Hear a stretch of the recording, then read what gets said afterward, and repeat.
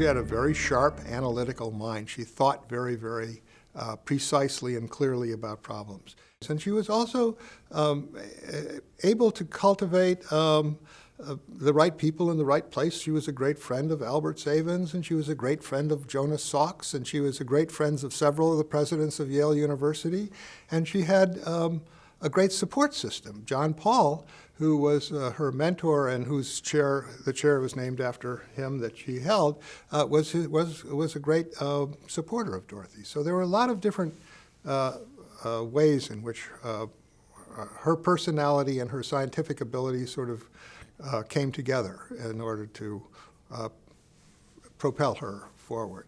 In 1961, at a time when there were only 6 or 7 women in each entering class of medical students and very few women on the faculty, Dorothy was promoted to full professor of epidemiology and pediatrics.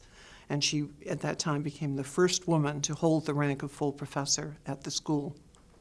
So I was thinking about what it must have been like in the early 1940s when Dorothy started coming here. I was 7 years old at that time, and I didn't get to go to the beach because it was a problem. You might be able to catch poliomyelitis by going to the beach. For a long time, it was thought that the virus gained access by going up through the respiratory tract and the nose and directly into the brain. And the fact that it could access the nervous system through the blood gave another possibility in terms of the way the virus could actually spread within an individual. She found that those young monkeys that had been infected by the oral route had virus in their blood. And that was the seminal finding that she became so famous and well recognized for. The WHO commissioned Dorothy, who was very much a global health advocate and had been all over the world studying the epidemiology of poliovirus.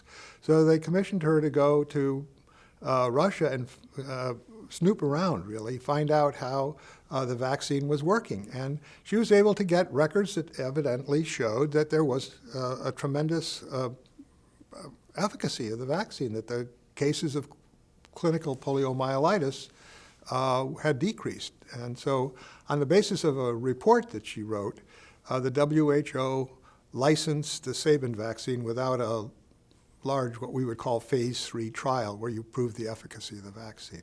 Exactly 50 years after Dorothy's promotion to full professor in 1961, we now have 71 women who are full professors at the medical school, and of them, 12 hold endowed chairs.